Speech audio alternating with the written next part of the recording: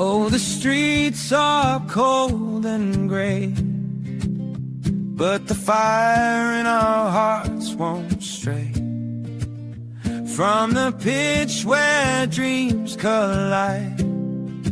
We'll stand together side by side.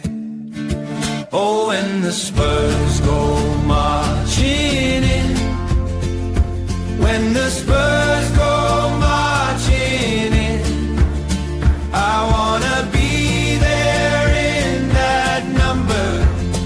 Oh, when the Spurs go marching in, from the north to Wembley's light.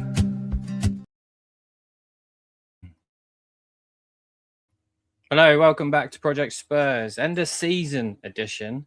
And lads, we actually stayed up. Actually won a game at the Premier League Stadium. Tottenham Hotspur Stadium is a Premier League stadium, actually, isn't it? It is actually a Premier League stadium next season. So that actually that's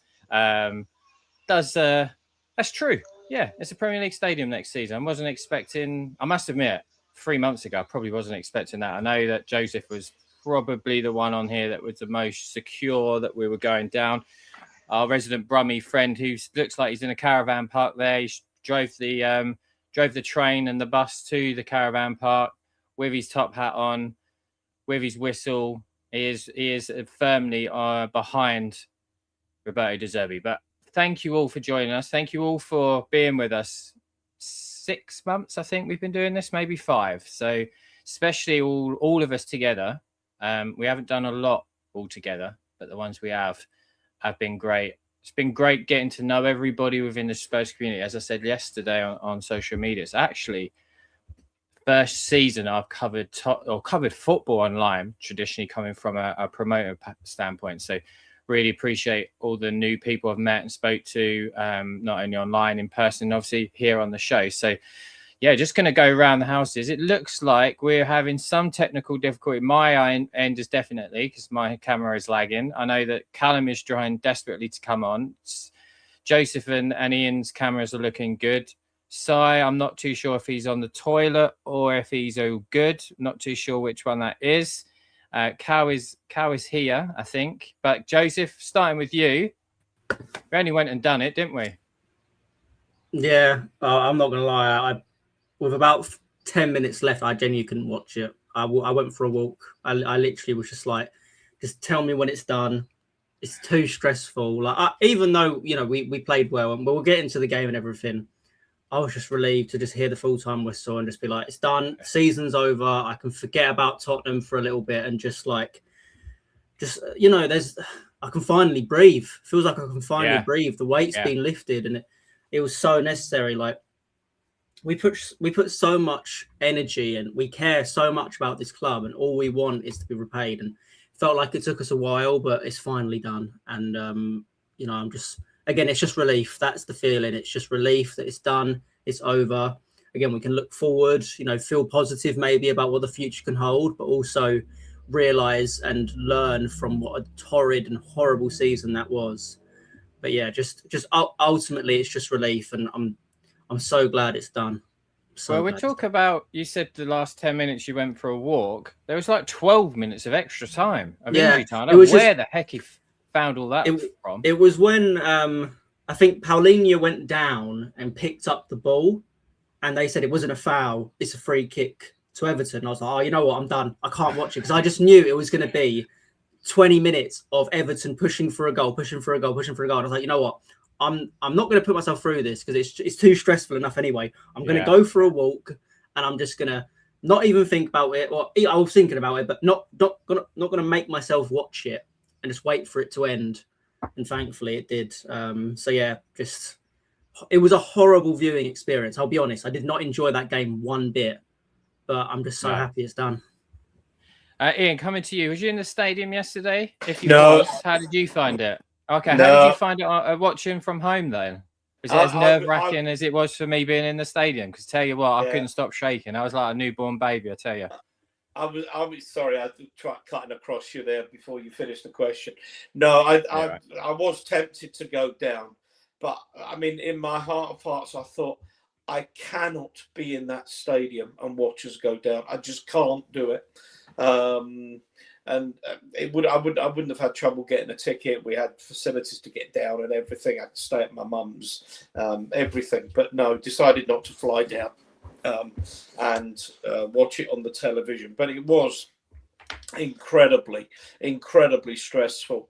I felt quite calm before the match, considering I've been awfully nervous and slept badly all week.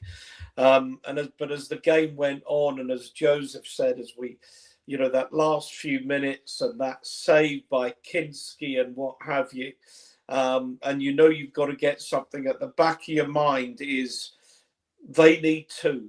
As long as Everton haven't got one, there's no problem. But you also know that if they get one, it's absolute panic stations. Yeah. And I'm an ex-referee, so I was expecting between 8 and 10 minutes of stoppage time. We got 9. There were a lot of stoppages in stoppage time.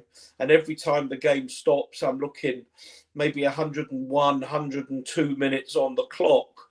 And I'm conscious of that he blew a minute before I thought he would. So that was something of a relief. Maybe he got to a point where Everton can't score twice in what I've got remaining, so I'm just blowing up. But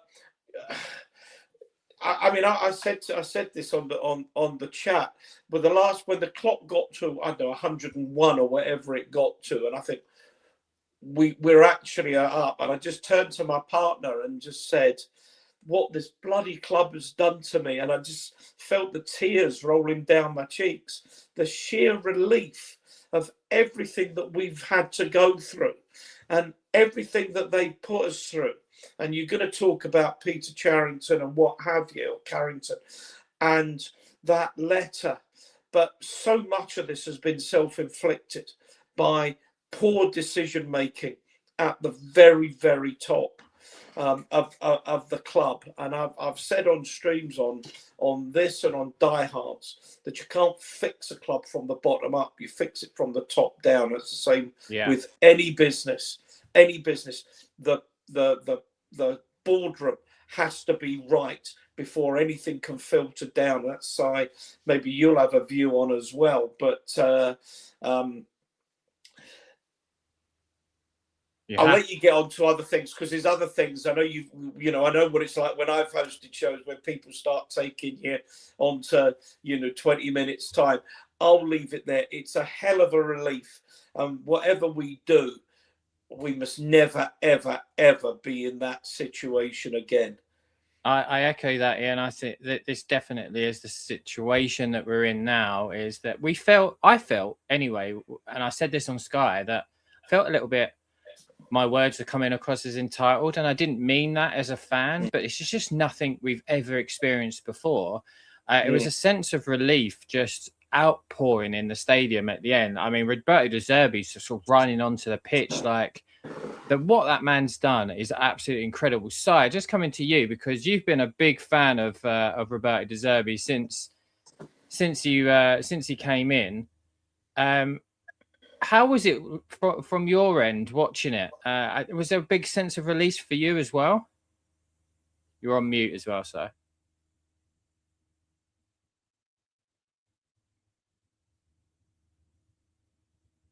Yeah, so I don't know if I can hear you. He's been frozen sure. for about 10 minutes. Oh, he can. Yeah, Si said in the chat he can't hear us. So if anyone was waiting on hand and breath for Si's information, but we come to our other co-host, who's actually looking like a Squishies at the moment, where he's red in some places and white in the others. Callum, great to see that big grin, that big smile across your face. We've got the Premier League next season. We're not going to go to Lincoln away. We're not going to go to Southampton. We're not going to be spied on. And we have a Premier League stadium for, I don't know, how many seasons has it been now? 24? 34. So incredible. How did you find watching the game? Well, I ain't got any fingernails left. Let's put it that way. I was definitely reluctantly sitting there with some nice barbecue. Don't get me wrong. It was prepared by a West Ham fan as well, so it was even better having that when we scored, celebrating and jumping up with joy. But I'm like most of the guys, lack of sleep leading up to it. The heat has killed everyone. The heat killed that Poxy game yesterday as well. And Gal, I don't envy you being in that stadium with 60,000 other people in 30-degree heat. Today I've been to an English Civil War reenactment, hence why I look like a burnt up tomato as well. Even with a Spurs hat on, it didn't help me. So, I mean, we survived. I think we survived. I'm not going to be part of the celebration police or as Jason Cundy and O'Hara have been doing on TalkSport every part of today, saying that yes, we shouldn't celebrate, because I think we can at least enjoy staying in the Premier League, but I don't think it's the be-all and end-all to say that we should celebrate, because realistically we made that a lot more difficult for ourselves than we should have done, realistically. So I just need to slightly interrupt you, because I don't know if any of you have seen this online. If you have, you certainly haven't told me, but Christian Romero has released a statement. He says, season's come to an end. It wasn't an easy one, a season full of challenges, difficult moments, and times where things didn't go the way we wanted. We suffered a lot and didn't enjoy it as much as we expected, but we finished in the best possible way. I hope this season serves a lesson and an opportunity to correct everything that has been done wrong, both on and off the pitch, for the future of this beautiful football club. Most importantly, thank you for the fans for always being there and supporting us throughout the entire season, because no matter what happens, players and coaches may come and go, but the ones who are always there through the good times and the bad are there for you. You deserve nothing but the best always, and a heart emoji. Some people thinking this might be a goodbye message. Si, we are going to try you for a second time just to see if you can hear us or your audio is coming through. If it doesn't, we'll bid you adieu. But can you hear us, though? Yes, I can hear you. Can you hear me, guys? Yeah? We can. Loud and clear. Apologies, shipmate. Guys, about any background noise. I'm actually on holiday up in Lincolnshire. I'm in a caravan, so I am with 5G. So apologies for any background noise. All but good. I couldn't miss this. No. How do you feel after yesterday's performance? Because for me, as Cal said, I didn't sleep at all last night, and that wasn't just because of the weather. I felt maybe I was a bit wired up. I just could not settle. It was 3 a.m. and I checked the Inter Miami score and it ended 6-4. At one point, I thought I might just put this on. I couldn't sleep. Just the whole of the season was running around in my mind, and then the summer. How did you find after the game when Premier League survival was secured? To be fair, guys, it was like there was a massive weight lifted off my shoulders, as I can imagine there was for all you guys. And me, I actually slept well last night, knowing we'd secured Premier League survival. I couldn't have, the days leading up to it, I couldn't think about anything else. It was ruining my day, ruining my evening, ruining my life. And I'm just glad it's over and done with. And I never want to be in that position and have that feeling that we all had again. Those were the worst 90 minutes of my whole Tottenham supporting life, to be honest. Nail biting. It was horrendous, Joseph, in the stadium. In terms of support, I haven't ever heard it that loud. And I thought Forest was loud, because Forest was loud. Ian, you were at Forest, wasn't you? And that was loud. But yesterday was something special. It was just everybody at every minute. There wasn't really much moaning and groaning. There was the odd occasion. But there's just at the end, because I said to all of you, didn't I? I don't want us to celebrate. We shouldn't be celebrating. I was dancing and singing and everything. And it was more relief than anything else. I think that's ultimately what we're all feeling, is relief, right? Yeah, 100%. I don't think anybody, the players, the staff, the manager, the owners, the fans, I don't think anyone is celebrating staying up because everyone knows Tottenham Hotspur should never be in this position and hopefully they never will again. So I don't think anyone's celebrating in that sense, like, oh, it's so great we stayed up. Everyone's just like, and breathe, like relief, just finally a little bit of a feel good feeling because it's been a season of it's been awful. It's been so horrible supporting Tottenham because every single week it's a loss. Every single week, dropping points, all these stories coming out, all these negative things happening around Tottenham Hotspur all year. There has been really no positives except for maybe one or two here or there. And we finally can just forget about it. Again, not forget about it completely. You need to learn from this, but we can just move on and we can just enjoy the summer, enjoy the World Cup. Because if Tottenham lost yesterday, I don't care about the World Cup. I just don't care because it would have absolutely ruined the rest of the year. It would have ruined next year. It would have been awful. So the fact I think it is just that relief. I have to agree with you. Like from watching it on TV in terms of the crowd, that is one of the best I think Tottenham has ever been. The fact that everyone was so united in trying to keep the team up and doing everything they can to help the team is so great to see. And you know, Maddison said it. I'm sure a lot of people have seen his interview, and I hope we end up talking about Maddison because, you know, he even said it. The club and the team don't deserve the support that Tottenham have. Like for us to be that on board about trying to keep our club up when Tottenham Hotspur, this is genuinely could have been one of the worst footballing stories ever. Tottenham Hotspur getting relegated from the Premier League, a team in the top 10 most richest clubs in the world, getting relegated. Like they don't deserve the support they've got, but they've got it. Tottenham is absolutely massive, and we deserve better. And the players have said it. You know, De Zerbi said it, and again, it just shows what a big club Tottenham are and what we should be doing, where we should be going. Because if you've got this fan base, you've got to match it with the players on the pitch, you've got to match it with who's in the dugout, and you've got to match it with everybody around the club being exactly the same as what Tottenham fans are. So hopefully we'll see that going into summer. Again, I'm excited to talk about that and you know, even in the future, in the next couple of weeks, kind of go over all that could happen in the summer. But yeah, I mean, the fan base is unbelievable. And again, that relief is so nice to feel, you know, the same as Si. For me, like after the game, all my anxiety, all that stress just lifted. Yeah. I just felt completely at ease for once. And that's the first time I felt that in such a long time. Ian, just coming to you, the sense of relief, obviously you felt, but that is only our third Premier League win of the season. We are, I think we would be second bottom in home form. Just quickly check that while I do ask you.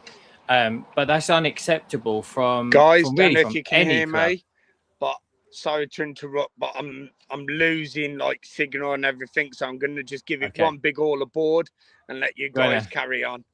All aboard!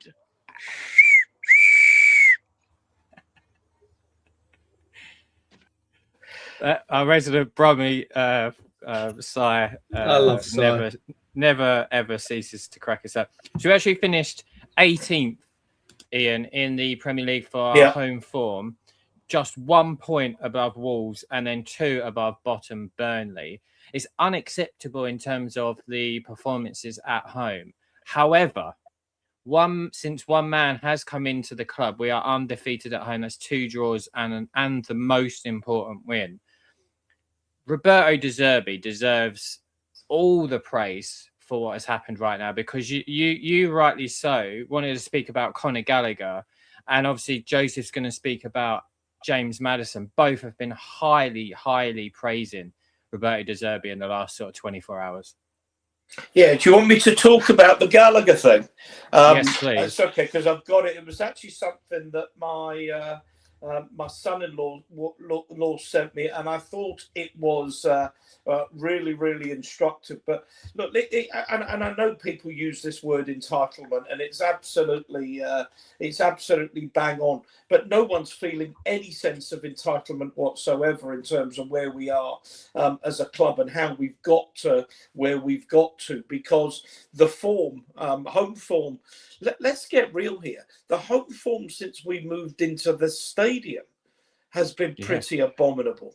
I mean, we have not had, maybe under Poch, but certainly since Poch left, the home form has been really, really poor, and it wasn't great under Pochettino, and it was an abomination under Thomas Frank.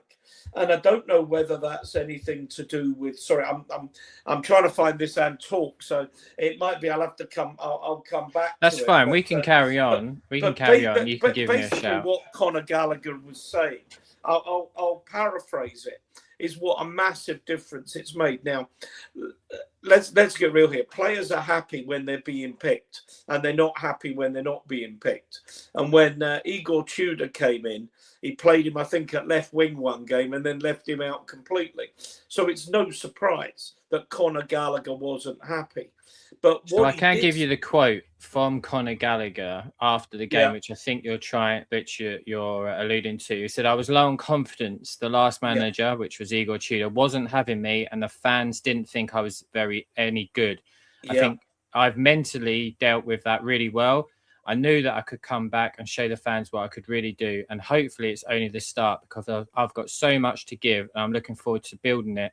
Even better connection with our fans. It did go on to sort of say as well that the impact of Roberto De Zerbi is a big reason why we've seen what we've seen in those the last, I'd say 4 games with Conor Gallagher has looked an excellent player, especially away at Aston Villa. Yeah, he is a good player. I have to say, I thought he was such a good player at Crystal Palace. He was when he was at Palace, I'd have bitten your hand off to get him at Tottenham if Chelsea didn't want him. I do think he's a very good player. What his best position is, I'm not 100% sure. Where he fits in, because I think De Zerbi might go with a diamond next year. So where he'll fit in probably on one side of the diamond, or we'll see. But I do think he's a very, very good player. But what I think was interesting was he said, "I've got a lot of kids, so I go back," and then there were 3. I go and stay at the training ground. Obviously, these 6-star hotel facilities that are there, and so I can get a good night's sleep. And he says, I get there, and Roberto De Zerbi and his team are up at 9 o'clock at night going through on the tactics board. Basically, he said they eat, sleep, and breathe football. He has no life away from football. And I think that's got to impress the players. What was clear, how much we want to go back, and certainly with a show tonight, we're not going to be on 4 hours, is that the players clearly love Pochettino. Now, I would never have sacked Pochettino. I would have maybe had some reservations and made sure that he knew what he had to achieve before if he stayed on. But the one thing I would never ever have done would have been to have put Thomas Frank in there. I thought that was an abomination of a decision. You mean Ange Postecoglou? Sorry, what did I say? Pochettino. Sorry, yeah. Ange Postecoglou. I would never have sacked Poch. Well, I wouldn't have sacked Poch at the time either. But this is down to the way Levy ran the club. Let me blame somebody else for my failure to invest in a manager who said this team needs freshening, which it manifestly did. Phil's here. Hi, Phil. I would never have sacked Ange. I would have given him the tools, but also the stick. If you're going to keep conceding the goals you keep conceding, then you're not going to have a job sorted. Maybe with a player like Conor Gallagher, who I gather he wanted to sign, but wasn't given the funds to. Another story, but. I would never ever have appointed Thomas Frank, and that's another thing to do with the letter that's come out, because we're backing the people that decided to sack Ange Postecoglou, decided to appoint Thomas Frank, decided to keep Thomas Frank on beyond Christmas when it was clear that it wasn't going to work. And from that Chelsea game onwards, when Spence and Van der Ven just blanked him, it was clear he didn't have the support of the dressing room. Then appointed Igor Tudor, who was an absolute disaster and took us close to the brink of relegation. And it was only when they brought in De Zerbi that we actually stood a chance of getting out of the situation we're in. So there is a lot of work to be done this summer. An awful lot of work and an awful lot of bridges to build between the club, the board, and the fans. Absolutely. Just on Conor Gallagher as well, he did also say, I've not been really able to speak to anyone in the last few months. It's obviously been really tough time for me and the team, and I've been focused on trying to improve to help the team as much as I can. I was low on confidence, and as I said earlier, the last manager wasn't having me. The fans didn't think I was any good. But he has gone on to obviously say he's enjoying playing for Roberto De Zerbi and looking forward to next season. Just in terms of the fans, though, before we come over to Joseph, James Madison said, I wanted to say thank you, just thank you. I said the other day, they deserve that. But our fans are unbelievable. Generally, I'm not just saying this. I think they are the best in the league, travelling and at home. Off the back of this season, we didn't deserve that today. It gives me goosebumps just talking about it. They can be a powerful force for us, and just thank you to them. We need you always like that. It's unbelievable when you see them in that form. James Madison has really come out defiant in the last sort of 12 to 24 hours on the impact not only of Roberto De Zerbi, but the fan base. But Phil, just coming to you, because obviously you're watching from Germany. How was the emotions for you leading up to the game, during the game, and then the sense of, I guess, relief at the end? Yeah, for me, it's just all the relief, the disappearance of all the anxiety and wondering what if, it really happens, right? And we go down, and at the perfect storm moment, when the other lot win the league, and all that kind of stuff, right? So, the fact that we've just managed to do it is obviously just amazing in the end. I was obviously at the Leeds game 2 weeks ago, where I had the pleasure of, finally meeting Ian, for the first time face to face, which was great, and obviously bumped into a lot of other familiar faces. And of course, a lot of us thought that was going to be the day, right? That we're going to, take it in our own hands and do it. The atmosphere was amazing, but I've never been as nervous in a football game, I think, as I was in that Leeds game in the stadium. A million times more nervous than I was like in the Europa League final, as an example. I was pretty nervous in the Champions League final, to be fair. But I don't think I've ever felt that bad in a stadium, and I can only imagine what it must have felt like, yesterday in the stadium against Everton. But look, I mean, I watched it at home. I felt very nervous, before the game. I felt quite calm in the week before.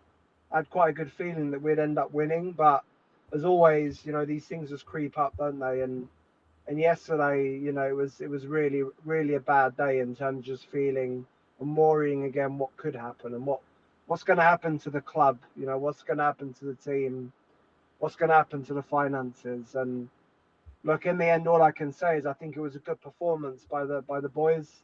I think the team turned up. There were some particularly good performances in the team. De Zerbi's picks, his team management worked out in the end. And look, at the end of the day, we need to build a statue for De Zerbi, because it's down to him that we're basically staying up, in my opinion. We were down and out. We were buried, after the Igor Tudor fiasco. And I actually still can't believe that we managed to even get to the point where we gave ourselves a chance of staying up, and we've done it. So let's just focus on a new season and on this rebuild. And the lads, I can't stay for long probably because I'm on my way back from this family barbecue. And I appreciate you checking in with us, and have a safe drive back. Yeah, I just say one more thing. Like, I mean, now again, I'm sure I'm sure you'll talk about it, but for me, it's another sliding doors moment, for this club and for the ownership. We've been there many times before. We've been there during the Poch era. We've been there probably even after, during the Harry Redknapp era, earlier on even, really. We've been there after the Champions League final. We've been there, during COVID. We've been there particularly after the Antonio Conte Champions League qualification, when we finished above Arsenal and beat them right in the derby, and we didn't act. And this is another sliding doors moment, and obviously that statement's gone out today. And this club, the owners, the board, whoever's in charge, they need to back De Zerbi. They need to make the right additional hires, and they need to back up their words with clear actions now and invest And if they Absolutely. then this fan base will be united and hounding them out. But I'm giving them the chance to do it, and I'll reserve judgment until the end of the summer and into next season, see what they do. But we just need to cross our fingers that they really see this as the time, to do it. So come on, you Spurs. Absolutely. Thank you so much for joining us all season, Phil. We'll see you back in a couple of weeks' time. Safe journey. Joseph, just coming to you. James Maddison did also say in the same same interview, and if you can find it on Twitter, anybody that's listening, if you haven't, it's actually a really good watch. I'll try and post it in a moment as well. But he said, and I agree with this, that appointment has saved disaster from happening. Yeah, no, I mean, I think a lot of Tottenham fans agree. It was a very honest interview. It was a really good watch. Like, I definitely recommend anyone to go watch it because he speaks so well, Maddison. He speaks unlike you hear a lot of footballers talk. He speaks with honesty. He speaks with conviction, and it's really great to see a player kind of be so open with how he's feeling and what, even after the Chelsea game, the way he spoke when he was getting interviewed about just how embarrassing it is that Tottenham are in this position, we shouldn't be. It was refreshing to hear, because usually you just hear a lot of PR nonsense of players just kind of saying what they're told to say. But Maddison kind of just says it how it is, and that's what you want. And I mean, for me, he said it in that interview as well. If he was available, if Kulusevski was available, if Solanke was available throughout most of the season, if Bentancur was, we wouldn't have been in that position. And I completely agree with him. Maddison is such a key player going forward for us. And that's not even just to do with his ability on the ball and on the pitch. That's also to do with his leadership off it. You've seen it. I don't know if people saw the video of the players coming out before the game or going to warm up. He's the one talking to the rest of them, telling them, all right, boys, this is where we focus. This is where we get in. This is what we need to do. And it's like, this is the guy that needs to lead this team forward, not Christian Romero. This is the guy who can be the leader of Tottenham Hotspur. And he seems to, he's not a boyhood Tottenham fan, but he's come in and he's made the club his. He's come in and made Tottenham his. Like, the way he talks about Tottenham, the way he talks about the fans, he loves this club like we do, which is so great to feel, because that's a thing you don't get from footballers anymore. You don't have that feeling that players truly care about the club, but you get that from Maddison. I just think he needs to be at the centre. He needs to be integral to everything we do going forward. He should be the captain next season, in my eyes. Whether that is him starting most games or if it's not, he just should still be the captain, because he's the person who can really be the voice of us going forward. So yeah, I have nothing bad to say about him. He's had such a horrific injury, and it's such a shame, because I think he would have been so important to us this season. I think next year, if he can stay fit, there's no reason why he can't go get 10 goals, 10 assists for us and put us in a good position to try and fight going forward, because he's such a great player on the ball, but he's such a great person off it as well. So I can't sing his praises enough. Absolutely. Just before I come to you, Cal, just some news that I've found. Obviously, I'm a big Serie A fan. I like Italian football, and some people here like other football as well. It's come out that Andoni Iraola has been approached by AC Milan to become their new head coach, which I think would be an absolute fantastic appointment for AC Milan. I am quite partial to AC Milan, I must admit. I've got a few AC Milan jerseys in this wardrobe here. Do like AC Milan, and Joseph is not too pleased being the I'm not happy about that. Juventus fan on here, but Andoni Iraola could become the new AC Milan head coach. That comes after yesterday. I don't know if any of you guys have seen it, but they lost, didn't they? Today, obviously, AC Milan sacked their head coach, sporting director, etc., and technical director, because yesterday the fans tried to attack and beat up the owner due to the problems that have been happening at the football club all season. They have been in Champions League and basically Champions League qualifications and going for the Scudetto, and they were like second for majority of the season, and then they've just absolutely crumbled. So, and that final game, they could have got yesterday. Champions League football. They lost to Cagliari at home 2-1. Yeah. That's absolutely shocking for Milan. And they haven't been good. They were terrible last year and very poor. They were 1-0 up as well, Joseph, in the first minute. And then they went 2-1 down. But anyway, this isn't an AC Milan podcast. This isn't a Serie A podcast. I like talking about football. But Cal, just coming to you, someone that I bang on about, I think I texted it in our group chat. I love João Palhinha, and you're not meant to fall in love with a loan signing. He's got to stay at this football club. The performances under Roberto De Zerbi with him has been outstanding.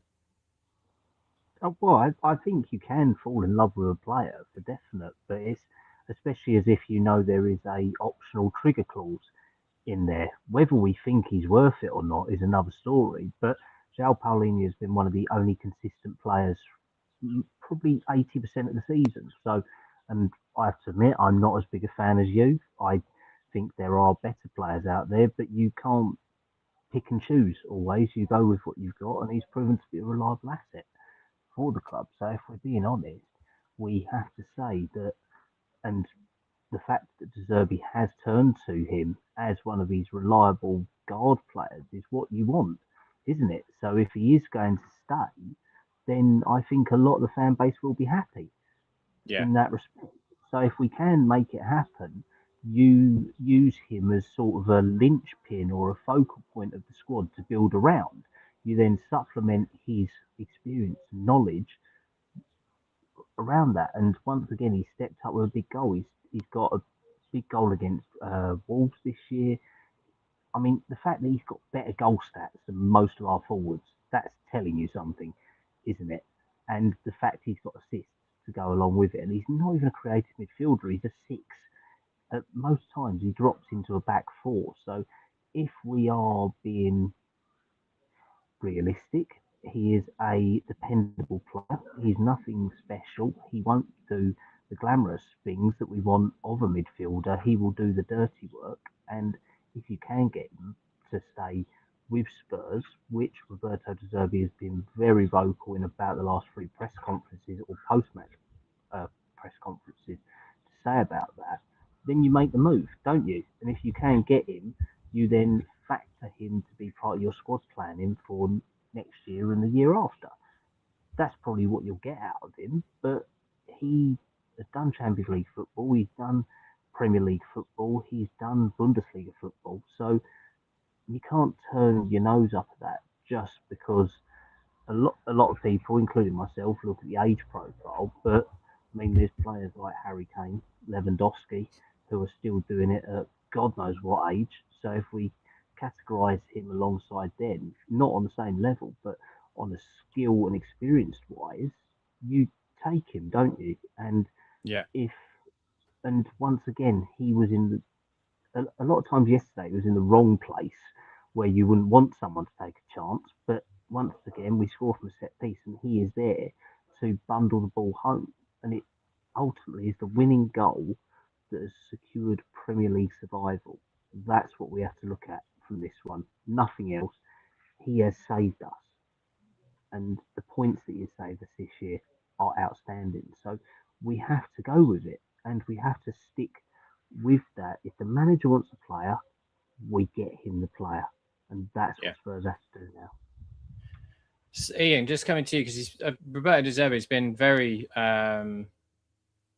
high praise, I guess is the word, for João Palhinha. He started 23 games this season. He's got 5 goals and 2 assists. But the goals that he's brought to the club, the equaliser against Wolves when it looked all but doom and gloom, the winner against Wolves, the winner yesterday, I can't think of another one off the top of my head, but there's 7 points just in those 3 games. Not only the energy that he brings to the club, but the professionalism and leadership. I just think it's a no-brainer for me. I get the age thing. I get that and understand. He's 30 years old. That's not old in football in terms. I guess it is slightly. He's on the latter stages of his career. It's a no-brainer for me. Where do you sit with that? Yeah, he's 31 in July, and I'm not using that as a stick to beat you with. I think it's a no-brainer. I think more importantly, for me, it's a real barometer of, has the club changed? because Yeah. Levy's signing strategy was always, we will buy young players with resale value. Now, that didn't work that well because we invested a lot of money on a lot of crap that cost money, but using that philosophy. Now, if we sign Palhinha, he will sign 2 years with an extension of a year. There won't be much resale value, if any, at the end of that period. But to me, it is, like you, it's an absolute no-brainer. Not just the stats, but the leadership, like Maddison, that he brings. Joseph was talking about. You could see Maddison, the way he was talking, on the bench. Absolutely, what we saw on television. And I think Palhinha is very much in the same mould, that they will provide the leadership on the field. And we are going to want younger players coming through. We are going to want to see the Mikey Moores come back and hopefully be part of the squad. We're going to want the Vuskovics and see what they can do. And if you're going to have those players, you need really experienced, mature pros around them to help them develop and to lead them on the pitch. And no-brainer is right. I will be really disappointed if we do not make a move. I mean, okay, if Bayern say no, it's 30 million or go away, or if the boy decides to go to Sporting Lisbon, because I've heard that they're sniffing around, and he makes that personal choice. Fine, there's nothing you can do. But in my opinion, spending £20 million sterling on João Palhinha is an absolute no-brainer, because even if we get him for 3 years, that's £7 million a year. It's chicken feed in this day and age. Yeah, I think as well. If Joseph, just coming to you, but on João Palhinha, if he wants to go back to Sporting Lisbon, and that's his hometown club, that's his team he supports, he grew up in, I get it, and I completely understand that. However, today, obviously, we're seeing Peter Charrington's message come out. I will read part of the statement, but in terms of which I think this goes well with João Palhinha, he says, "Our commitments to you are clear. And the first point in this, he says, we will build a squad led by Roberto as our head coach with the right blend of experience, youth and leadership to compete at the highest levels of the Premier League and European football." It just screams to me experience in there of João Palhinha. Where are you sat on the João Palhinha argument? I think we should keep him. I don't think he should be starting, personally, for Tottenham. If we really do strive to be that team that we want to compete at the top, you need a midfielder who can do more than just tackle very well and defend very well. Like, again, if you compare Tottenham's midfield to what you see at Arsenal with Declan Rice, Zubimendi, those players. Chelsea have got Caicedo and Enzo Fernandez. City are probably going to have Elliot Anderson, Rodri. Like, even Newcastle with Tonali and Bruno Guimaraes, like, those midfielders are way better than us, way better. And we need to bridge that gap. Palhinha is not going to bridge that. I'm not saying he isn't useful, as in he'll be an exceptional squad player, exceptional. And he's a player that you can rely on in moments. But he's not a player that is going to further this club massively going forward. For me, personally, I think he is limited in what he can do. That doesn't mean he's not a good buy. Again, 20 million, like Ian said, that's not a lot of money for a capable squad player. I think that makes a lot of sense. But I think we do, if we take off, like, not just rose-tinted glasses, I think people do understand how poor the season has been. But I think these last couple of games of us being a bit more professional, a bit more level-headed, we've thought, oh yeah, Palhinha's been great, Bentancur's been great. They have been good, but we are still 17th. And again, I appreciate that yesterday was just about the result, and it was just about the result, but it was a very, very poor game of football throughout the whole game. Everton were awful. Everton were terrible, and we were a bit better than them. Like, we didn't control the game. We didn't play very good football. Our attack was non-existent again. Like, again, he scored a really important goal for us, and he has done, and he's popped up in good moments, and he's an experienced head, like you said. So I agree. Experience, leadership, that is good, and that's important of what we need. But for me, Tottenham need to go out there, and if you want to be a good big club and you want to try and challenge, you need upper echelon world class midfielders. That's the position that matters the most out of any position. Again, if you compare it to every other Premier League team, especially the ones at the top, all of them have exceptional midfielders. All of them have exceptional world class right at the top, and that's what Tottenham need to do. So, for me, yes, Paulinho comes in, but you need to go get Adam Wharton. You need to go get one of those players that will genuinely push this team's ceiling so much higher than what Paulinho can do. So that's my take. I'm not against the signing. It's just we need more than that. Yeah, I get that we need more than that, but we're looking at different profiles of players. For me, João Paulinho isn't going to progress the ball, but we need somebody that can break up play. You're right, but recycle to move it to a Morgan Gibbs-White, move it to an Adam Wharton, and move it to someone that can progress through the lines. I quite like the idea of James Maddison sitting in there, if I'm personally honest, with Xavi in front of them.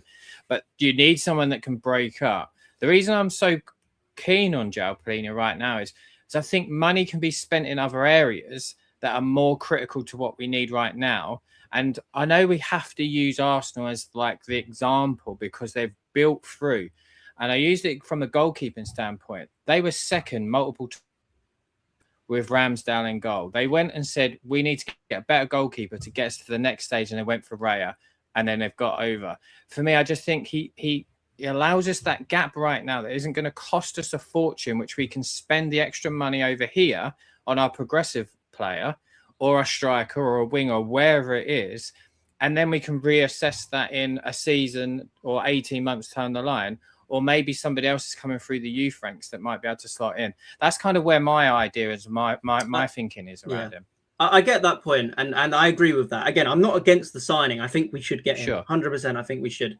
I just think, again, when you look at those other midfielders, I mean, Declan Rice, he can do everything. He can do everything. He can defend like Paulinho, maybe not as exceptional, but he can defend like Paulinho, but he can move with the ball, he can run with it, he can pass with, he's got every single thing. And you look at most midfielders at the top clubs, they can do a lot of things. They can't just do one thing really well, they can do everything. And that's what Tottenham need. It's genuinely, it's just modern football, it's where it is at. And no, I get you. It is I just think that is it the hope that our ownership is going to spend £100 million on a? Oh, of course not. I'm not expecting they're going to do it. Yeah, but the thing is, though, the worry. This is what this season's shown us, though. That personally, I agree with you. Like this season has shown that we don't act like the big clubs, and we say we are a big club. We don't act like it, and it leads to us being 17th, almost getting relegated. Like this is the biggest wake up call you can have, and like Phil said before he left, if this is the sliding doors moment in that Tottenham, we've all, there's been empty promises for years now. There's been empty promises and we've kind of just let it go. Tottenham fans won't let it go after this year. They won't. If they don't go and actually put their money where their mouth is, Tottenham fans will start to protest fully because we realise how bad it can actually be. The fact that we almost got relegated. It's not the fact that we finished 10th and we're annoyed. It's the fact that we almost got relegated and could have lost 250, 300 million pounds. Like it's not a joke anymore. We've experienced how bad it can be. So if they don't go and do what they need to do, fans will not be able to accept it. So this is what we need to do if we want to go back to being a top club. Again, Paulinho, great squad player, but truly going forward, our team needs 7 or 8 world-class players, but they need to start this summer and go and buy players that will truly change this team. Yeah, I agree with you on that. I think we definitely do we need a number of players, but we need a number of players that are going to get us to the stage for us to then go and spend the 100 million if we ever do it, which we probably won't, to get us in with those Champions League. Because at the moment, the realization is those players probably aren't going to want to come to us. Ian needs to leave us in about 5 minutes. So I'm going to let Ian answer this question that's come through from Spurs Corner. Said, I have a question. What's more important next season, qualifying for Europe again, or creating a clear football identity fans can finally believe in? Ian, I'm going to let you answer that one. Are they mutually exclusive? I don't think so. In fact, no. Funny enough, I think the two might well go together. I think that if we create the kind of, we got our Tottenham back playing the kind of free-flowing attacking, high press, dynamic football, success will come automatically. I just don't see them as being a choice. I mean, I think if you're looking at next season's objectives, I expect us to be playing much better football. And De Zerbi's football was at least pragmatic in the sense of, I will grind out results, I will get enough points to keep this team up, and then I'll look at the players that I've got, because good heavens, we know we need good players, particularly in the top third of the field, attacking midfield players and forwards. So I expect that to be addressed. And I expect us to be challenging top six as well. I think from what I'm seeing, the board will invest, proper money in the squad, and we will get plenty of good players in. So I don't see there being one or the other. I don't see it as being a choice. I expect if we get one, we'll get both. If we don't get one, we won't get either, and we'll still be in a mess this time next year. Yeah, just coming on the ownerships, well, I guess from Peter Charrington, his commitments to us, or the club's commitments to us, obviously spoke about the right blend and experience. That he did also go on to say, we will invest across multiple transfer windows to rebuild, balance and strengthen within this summer, representing an important first step that will for the work. We will continue to modernise our football operations with a significant focus on raising standards across medical and performance, which massively needs. We'll increase investment in the academy to ensure the pathway from youth football to the first team is the strongest in the country, and then they'll continue their development with the Spurs women's team led by Martin Ho. Just before I do let you go, Ian, because I've got a couple of little questions. He did say as well, which I thought was probably the biggest caveat coming out of this message. He said there's been speculation about ownership and the future director of the club. Let us be direct. Tottenham Hotspur is not for sale. The Lewis family are wholly committed to this club and to this rebuild. We'll provide the stability and investment needed at every level to move us forward. And they see that as a long-term responsibility, not a short-term fix. It sounds like we are going to be with ENIC or the Lewis family, or however they're trying to essentially identify themselves now. Do you see this as the most important transfer window ever for them? Without any question of doubt. It is massive. This is a massive summer for them. I think more importantly, I mean, I've read a lot of things, or it's more of the same, why do people keep swallowing this BS and stuff like that? Actually, it's not. Levy never came out with anything quite as specific as that.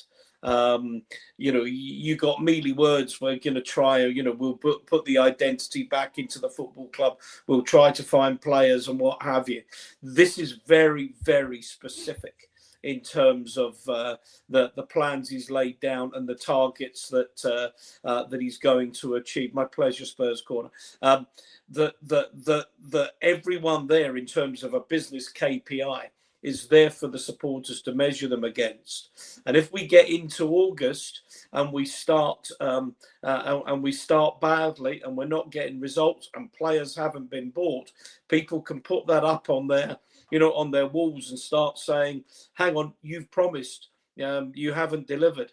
I expect us to be buying at least 2, maybe 3 top quality players. And when you look at, from everything we're reading, and you posted, Gary, we've got Senesi coming, we've got Robertson coming, we've got Vuskovic coming back, we've got Moore coming back, we've got Maddison back from injury and what have you. If you add 2 or 3 top quality players to that, there's no excuses. But I'm looking at a net investment this summer of around £200 million. I think players will go. We will bring in quite a lot of money from some of the players that will leave. I'm looking for them to invest about 200 million this summer to really get us going.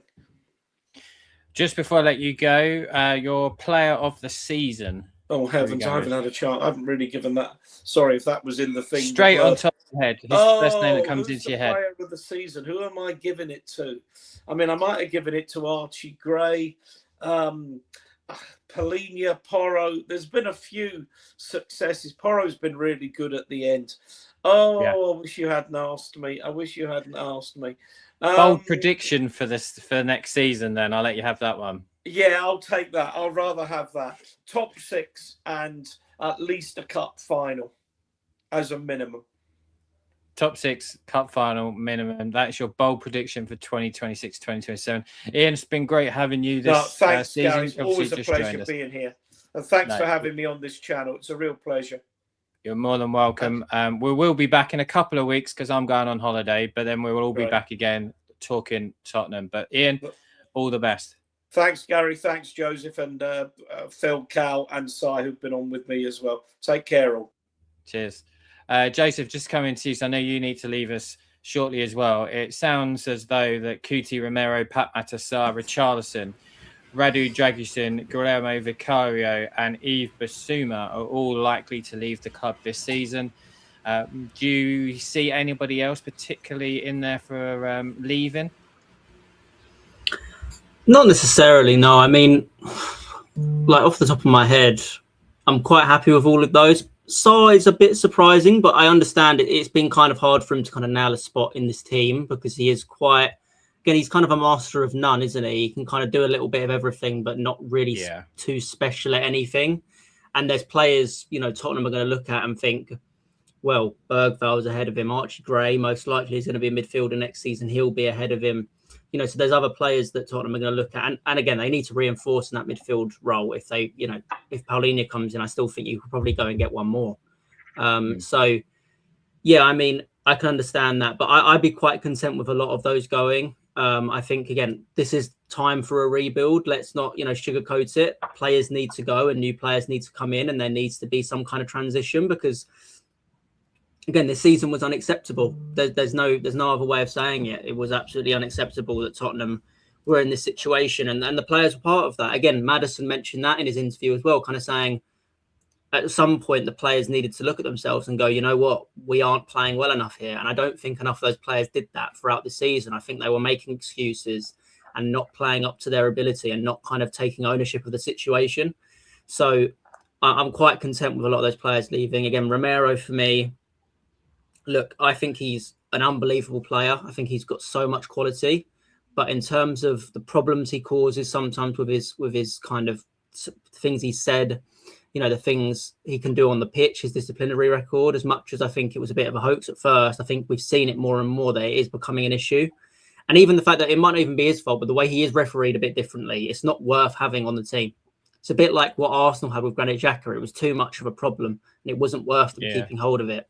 It was time to move on, and I think just look how much more stability there's been with Danzo. Yeah. And I know Danzo's not like he's not Cuti Romero's quality, but in terms of his discipline, mental strength, determination. I mean, yesterday it looked like he probably had 12 rounds of Mike Tyson. He was been smashed all over the place, just kept getting up, kept going. Whereas I think with Romero, he would have snapped and he would have gone through someone, and it would have caused 100%. And it's just not worth it anymore. You know, even this whole thing about him going back to Argentina where he's at the game, it's just, I don't want it. I don't want it around our club. Like, all that should have been talking about for the last couple of days after that Chelsea game was this game against Everton. Yet we had this distraction of Romero maybe not being at the game. And it's like, it's just not worth it. It's not worth it to have that trouble. And the fact is as well, you know, we've still got Mickey van der Ven at the moment. We'll see what happens with him.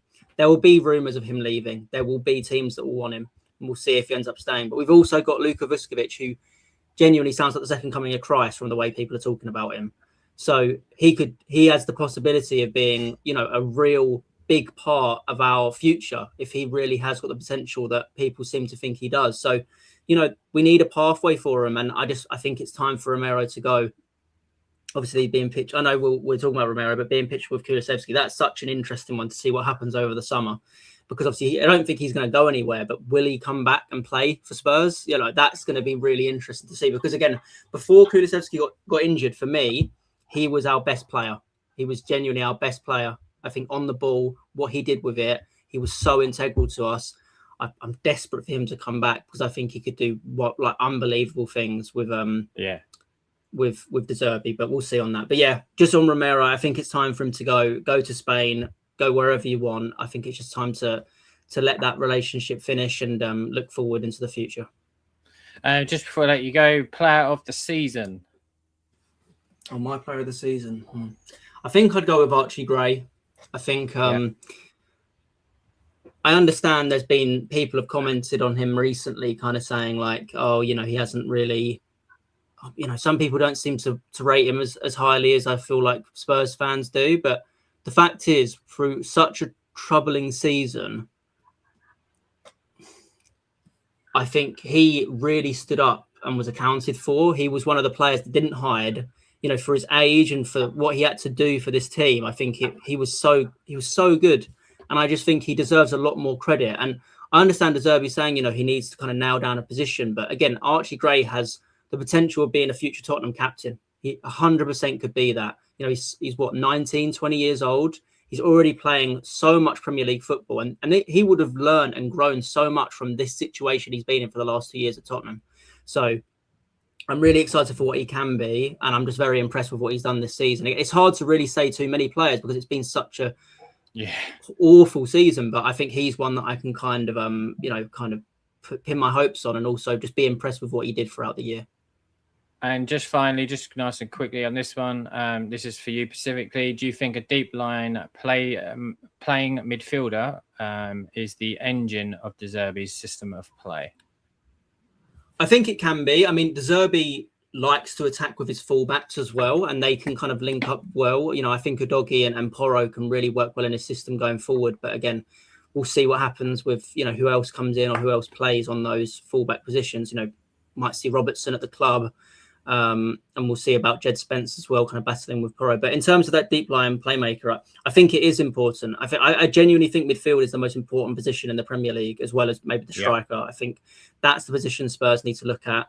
I mean, we're going to be doing kind of a squad planning, you know, podcast. But a couple of players like Alex Scott would be amazing. Angelo Stiller would be amazing. There is some great players that would fit that role so perfectly for Tottenham. Hayden Hackney, possibly, yeah. But they are attainable. Like, I know Bournemouth have done well, but Alex Scott's a Spurs fan. Tottenham is still going to be a draw for players that are at Sunderland or at teams like Bournemouth. Tottenham is still going to be a draw for them. And money talks. Alex Scott would be, money talks 100%. To Bournemouth.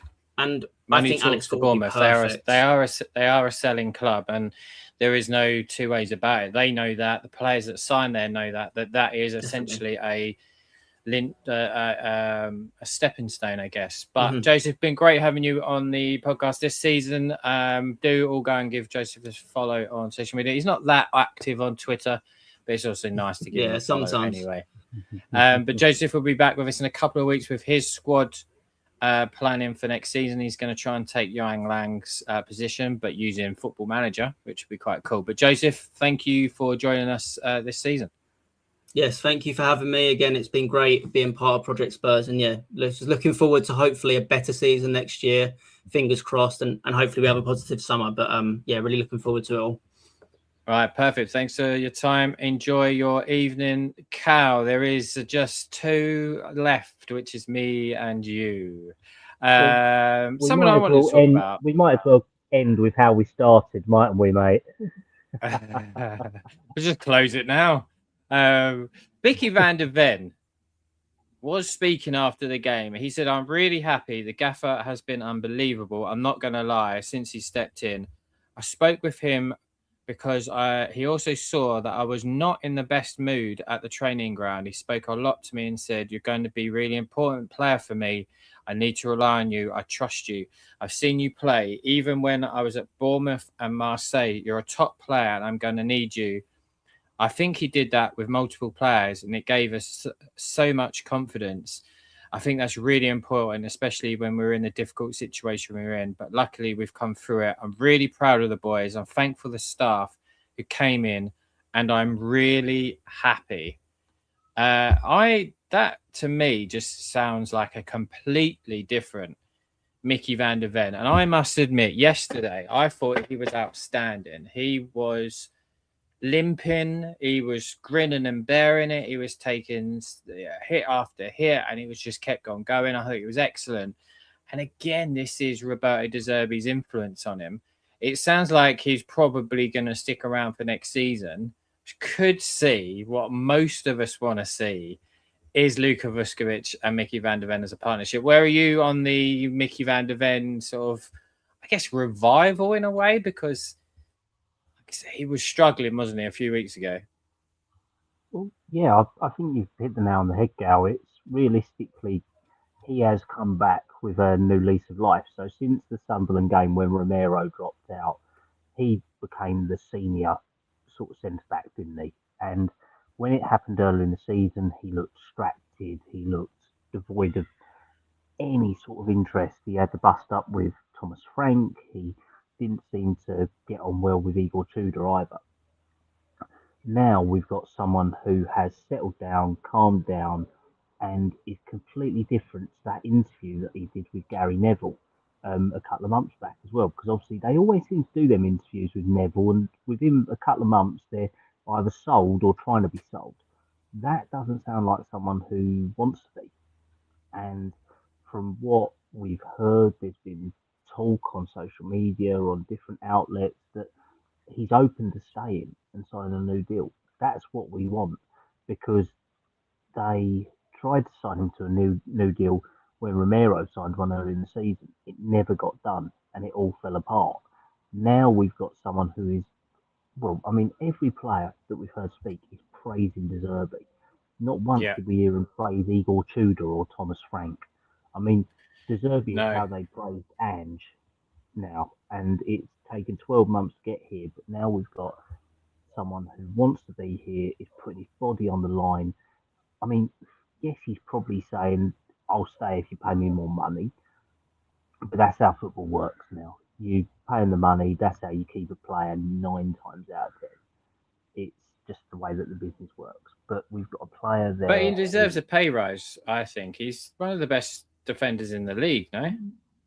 He's probably the first or second best left centre back in the league. I mean, I think De Zerbi said alongside Levi Colville, didn't he? Yeah. Obviously at Chelsea.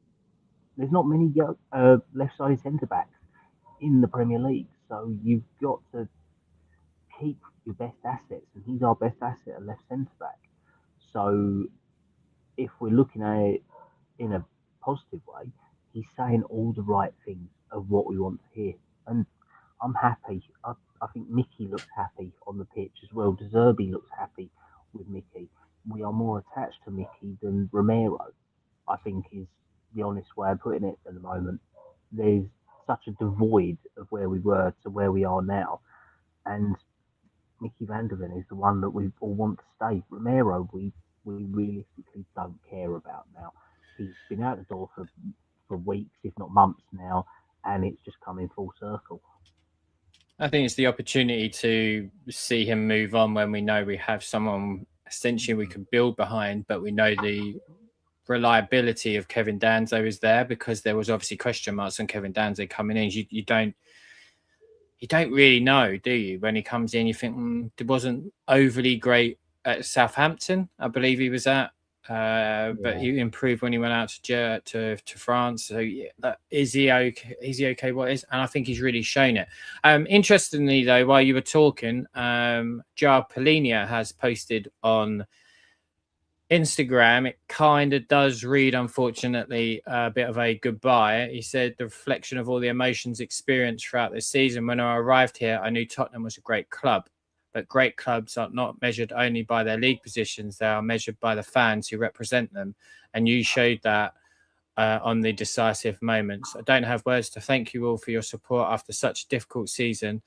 Collectively, with so many things happening along the way, this will undoubtedly be a season that will make the club stronger and better prepared for the future. The pride and pleasure of representing Tottenham is something I will carry with me for the rest of my life.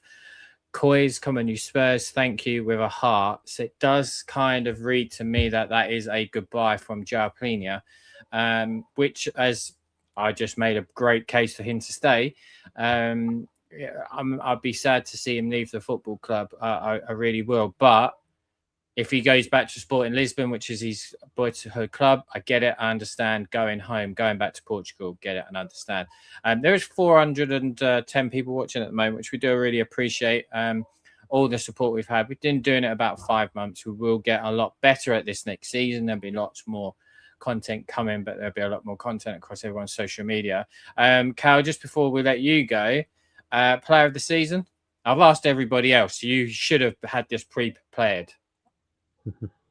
I'm going for Archie Gray, mate. I think he Archie has Gray. proven how dependable he is. Realistically, to his detriment as well, because it's now made De Zerbi look at him and think, how many positions can you play? I want you to work out one, but there's not many that you can label it with. You could maybe say Richarlison because he is the club's top scorer, but he couldn't hit a barn door from 2 yards out yesterday, so it's really not good. I will give a special shout out to Anthony Kinski though. I know we've covered him the last couple of weeks, but the smile, the rejuvenation, the amazing world-class saves that he's done, not only yesterday, but against Chelsea, against Wolves, against Leeds as well. He hasn't played a lot this season, but when he has been called upon, and since the Atletico game, he's really stepped in to fill that breach. And if the stars align, he could be our new number one next season. And I would not be against that. So I think definitely Archie Gray, but a special mention for Anthony Kinski as well. Yeah, I think Kinski for me should be the number one next season. I think he's done enough, especially in these last, 6-7 games. I think he's done more than enough to cement that, especially yesterday. The heat there, right at the end, a really critical moment in our season where we could have panicked and completely crumbled with a few minutes left. And he pulls an absolute world-class save off. But he didn't just do it yesterday. He did it against Leeds. And he did it also against Wolves. And it's been a calming influence. So I think he needs a huge special mention. Fortunately, I don't think he's played enough to be player of the season. But he certainly should be, would be my number one, because I think we can spend money in other areas to get us to where we need and use him and see how he develops and maybe bring in an experienced number two. But bold predictions for next season. Bold predictions. I'm a little bit different to Ian. I don't think that European qualification goes hand in hand with position next year. I think we are ripping up the sheet and going again. And unfortunately, we are in another project. So I would be happy if we got top 10 next year, because even though the messages from Carrington was very, very eye-opening, I don't think it was very good, in my opinion, because, I mean, we've heard it all before, but if they're going to be honest, every club says things, it's whether they back it up, and we know Spurs haven't. So if they back us to get into top 10, it'll be an improvement on the last 2 seasons, and then we can then get a couple of transfer windows where De Zerbi builds his squad up, because, like you said, we've got 10 or 11 that are ready to play for him, not 24 or 25, what we want. So I would take a top 10 finish and maybe a cup run. So bold prediction, top 10 finish, cup run for you, which I think is more realistic. I wouldn't mind a top 8. If we could get into the conference league, I wouldn't be too unhappy with that, and slowly build. Bold prediction for me, Enoch, Lewis family, whatever we're trying to describe themselves as these days, do give a significant amount of money to spend in the summer.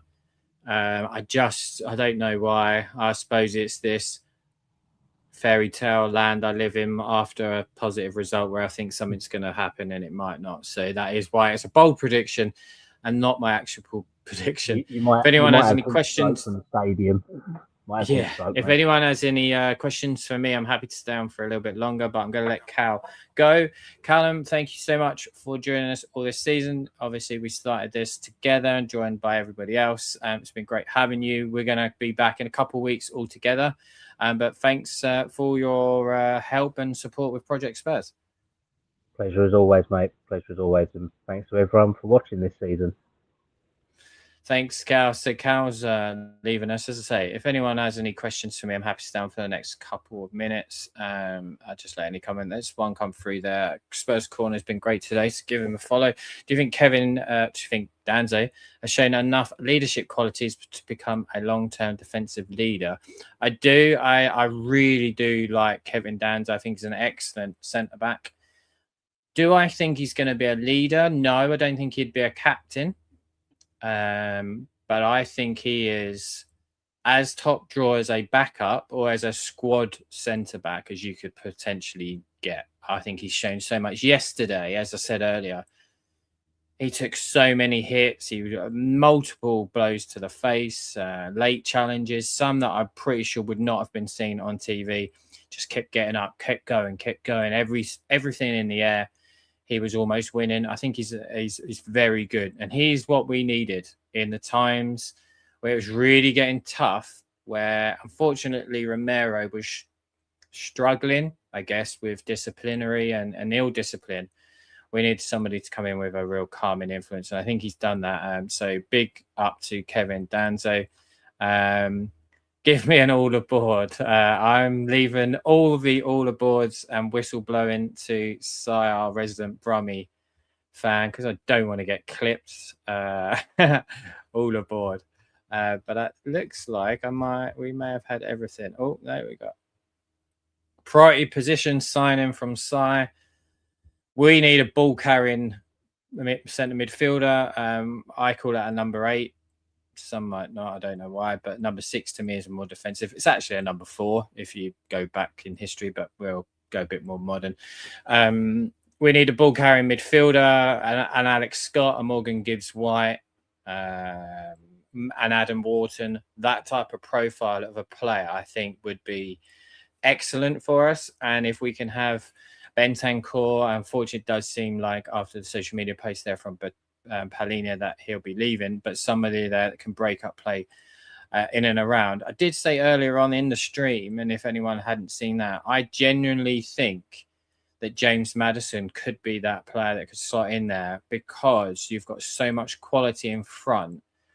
Decky can come in obviously on the right, but he can also play a number 10. Xavi Simons can play in that 10, and if you've got Xavi Simons, you've got Decky, you've got Kudus, you've got Maddison, and then you've got someone that can break up play. Maybe that's an Archie Gray or Bentancur. That's a real strong midfield core that's behind a better striker. So for me, priority is a ball-carrying midfielder. I would love a world-class striker. Unfortunately, there are few and far between, and the likelihood that's going to cost us huge amount of money, but I think De Zerbi is quite keen and happy with Solanke. Have one more question, please. If you've got any questions, happy to answer anything. Keep them coming. I think we need a left winger. I'm not sure. I'd like to see how Mikey Moore plays in the in pre-season. I've been impressed with Tell. You can see that Roberto De Zerbi likes and trusts Matisse Tell, so I'm pleased with that.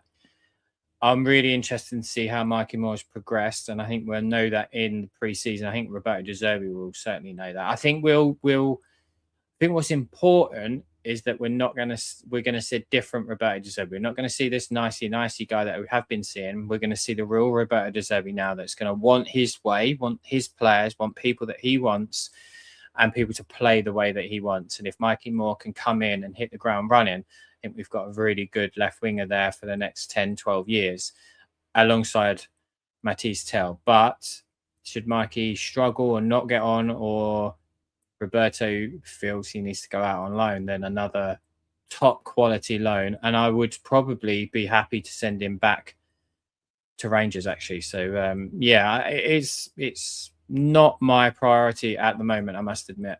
Got any new signings in forward line? Got to be, sorry. My dyslexia coming through. Got to be new signings in the forward line as well. Left wing and striker. So again, left wing, I want to see how Michael Moore progresses in pre-season. I think there are other areas we can look at.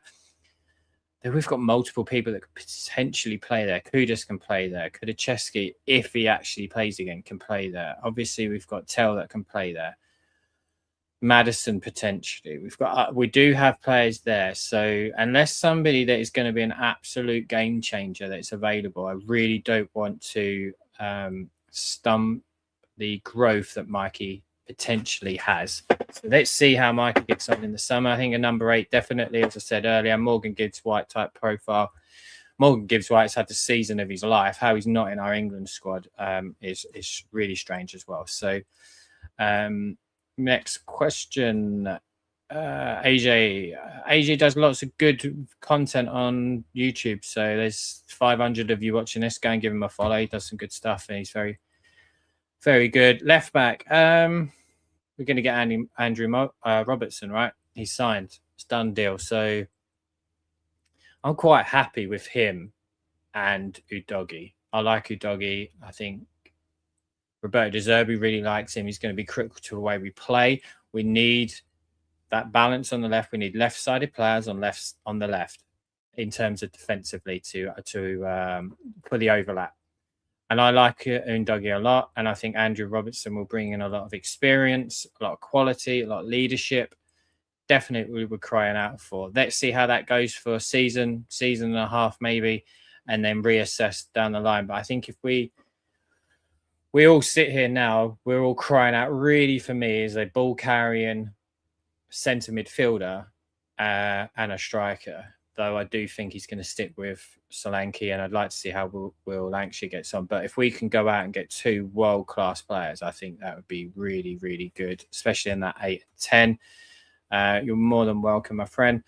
So yeah, for me, it's got to be a ball-carrying number 8 that is class, unless we're going to try James Maddison in there. But we've got to go out and find the absolute best of the striker we can find.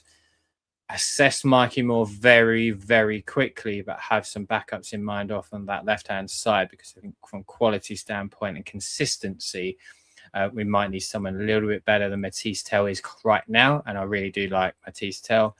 Jed Spence possibly leaving, not from what I've heard. I think Jed Spence is going to stay. I think him, in an ideal scenario, you want 2 players in every position, right? So you want 2 good goalkeepers that are competing. For me, it's got to be Kinski, and then I'd have a proven Premier League goalkeeper as a backup.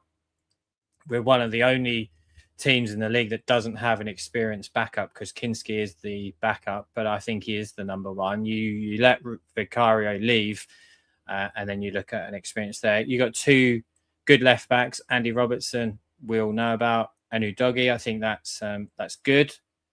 Centre backs is, I think, where we might maybe look at something.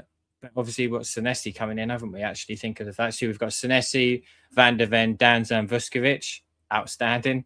Let Dragusin leave either on loan.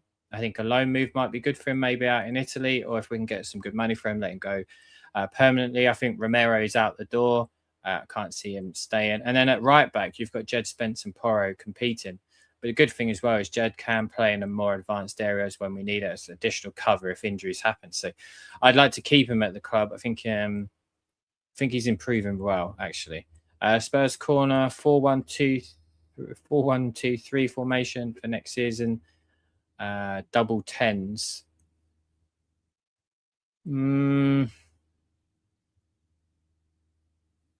Trying to think width-wise, there's not a lot of width there.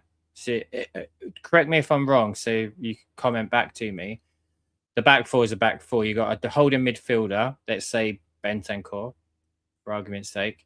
You got 2 in the middle. Centre midfielders would be what? Gray and Bergvall, let's just say. And then you're going with 2 number 10s behind a striker, which would be, say, Xavi Simons and James Maddison. You've got no width to that at all, other than your fullbacks. That might be difficult because a lot of opposition teams will tuck their fullbacks in for overloads really, really easy in those areas. So it might be a little bit difficult. If you want 2 number 10s, you could go with a 3 centre backs, 4 across the middle, 2 10s, and then a central striker, which gives you your higher wing backs potentially can work, and then you've got the safety net of 3 centre backs that can also sort of split out to left and right back. So yeah, I generally don't see De Zerbi changing too much in terms of system. I think it'll be a 4-2-3-1. He's pretty much done that with every game. I like that system, so I think he'll probably go in those areas. So I definitely Kinski's number 1. Yeah, absolutely agree with you on that one. I think definitely number 1. Got to remember, only 1 game a week. That is absolutely spot on, AJ. I think that's one of the best things coming on here. And for me, and I'm not sure how you agree with this, AJ, is that 7 games Roberto De Zerbi has had with these players. He's understood their mentality, their personality, their technical ability, and when they're in game scenarios. But also all four of those attributes during the most difficult period you could have as a football club, relegation. So this to me is better than any pre-season you could ever dream up, because we're going to have players coming in, drip feeding back in from the World Cup. We might be trying to get so-and-so player, but we can't really talk to him because he's in the World Cup. We've got a squad right now, or in terms of a manager, right now, that can go and build a squad, or at least give recommendations immediately without going, well, I kind of need to see that player in pre-season. What are they like? What's their personality like? Do they really fit? The only really caveat on that, so I'm just trying to find you a quote as well, that you got Vuskovic and you got Mikey Moore, which I think are the 2 players coming back from loan off the top of my head that I think are going to push for first team football that he doesn't know. So in theory, he's got 2 players there that he needs to look at in the World Cup for obviously Vuskovic, but during pre-season. So it's 2 players, which I think is a really, really important aspect. But having 1 game a week next season is good, because it doesn't mean that we need to go all out in every position.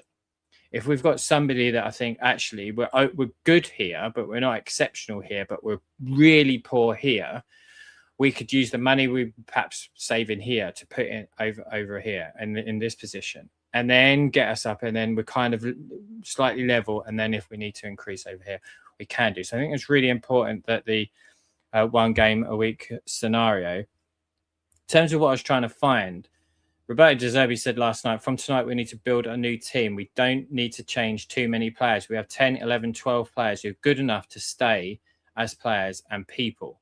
So that for me was a real key aspect, is that these 7 games have been huge, because he's been able to address and understand all of them in the most severe circumstances that you could never even, I don't know, dream about in pre-season. This is better than any pre-season. We've got through it. I think it's very critical that he came in. And I know that initially when he came in, I was really like, I'm not sure, because I was just too blinkered, like I wanted Maurizio back. But I've been really impressed with him. He did also go on to say, now we need to complete the squad with the first level of players, because I suffered too much. So did the other players, the board and the fans can't suffer like we did at this time. So yeah, he's essentially saying we need to build this squad tonight now. So I think that's a really good idea. Do you keep business? No, I do like Bissouma. I thought he was very good when he came in. I just don't see a huge future for him. It's interestingly, though, that his contract is up, as is Ben Davies, and there's been 0 communication from the club that he's leaving. I thought we would have had something yesterday, at least to have been able to say goodbye. He was there, obviously. There was been reports that Bissouma's contract was renewed, or the extension was triggered, so we could get a sell-on value for him, which is understandable. But I think it's time for us to move on from Bissouma. Ben Davies, I think, is another one that's potentially having his contract renewed to then come on to the coaching staff as well. So that would be interesting on there. AJ, 100% agree with all that. However, it's a Bruce football. Yeah, he does live in brew football. So do I. It's on all the time. Yeah, his pre-season was done in real time to the extreme. If you've said it better than I tried to articulate it, I think it's absolutely spot on. you couldn't dream of having a better scenario for an assessment of people and players. Because you look at the stuff we said earlier on the show about Mickey van der Ven. He said he noticed how I was down, I was unhappy at the training ground. I mean, we could see it on the pitch, and he was in at the training ground, and he's changed his mentality. Look at the difference in Mickey van der Ven, and certainly his performances. James Maddison's has obviously said the same. You know, if disappointment has saved us from, you know, the unthinkable. And then Conor Gallagher couldn't even talk to people. He was that unhappy and down it sounded. But De Zerbi's changed that. So all credit to him. I'm just going to quickly check if I have answered everybody's questions. It looks like I have. Again, thank you so much for this.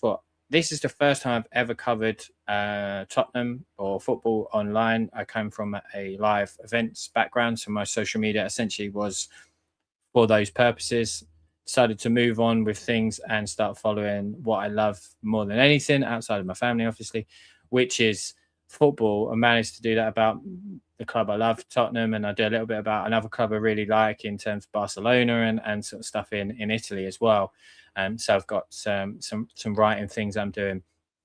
The support's been amazing. I get so many messages and notifications on a daily basis that sometimes I can't even keep up with it. So I really do appreciate it. If I hope people enjoy what we do on these streams. These are just for us friends to chat, talk about Tottenham, and then hopefully interact with a lot of people as well. But I will continue to cover Spurs as much as I can and then move that into other areas as well. So as I say, I do really appreciate everything. We just had one more coming from Spurs Corner next season. I think we need to work on our home wins, because 13 or 14 out of 18 home games gives you 39 points. Yeah, you're spot on.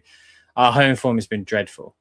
Absolutely dreadful. And it has been since we moved into that stadium. Hopefully Roberto De Zerbi can instill some, I don't know what the term would be, but making you fear coming to that stadium, because at the moment it's a pleasure for away fans and away teams to come into. So made to make it a really difficult place to come. You look at Bournemouth, right? They went an entire half of the season, the second half of the season, unbeaten in the Premier League. 18 games unbeaten in the Premier League. That is what Tottenham Hotspur should be doing, and we should be doing that at home. We should be doing what we did in the last season at White Hart Lane. It should be an absolute fortress, and we should not be losing football games at home. And hopefully with Roberto De Zerbi that continues, because we haven't lost so far. I know it's been 3 games, but 3 games is better than what we had with the other 2 Herberts, right? Maybe not with Thomas Frank, but I'm really confident with Roberto De Zerbi. I like the messaging that's come out since he joined the club. I like what I've seen on the pitch. I like the reaction that he's been able to generate from the fans. I like how he's been able to get a reaction from the players and the collectiveness. Right now, though, is the most critical time, because we know what Roberto De Zerbi can do. He can get upset and he can leave, can get quite volatile, which we've seen at Brighton and we've seen at Marseille. So if things don't go his way, he's going to let people know about it, and he potentially may leave. So we don't want to get us into that scenario. And let's hope that Peter Charrington's message today isn't just words, and the actions are going to speak louder than those words that are on that piece of paper or that text today, and that we're going to fully back Roberto De Zerbi, because I think that we've got one hell of a manager. But there is no more comments. There's no more questions to answer. So it's nearly 9 o'clock. So I'm going to go and play some Football Manager, because that's all I do. But I appreciate everybody's time, support. Please give us a follow if you're not on already on social media in terms of Twitter. Completely forgot what it's called then. X, that's it. And give us a like and subscribe on YouTube. We are trying to get to our first milestone, which I think is about 500. So we're not too far off. But anyway, everybody that's come in tonight, all the questions, everything throughout the last sort of 5 months I've been doing this. Thank you so much. Appreciate you all, and good night.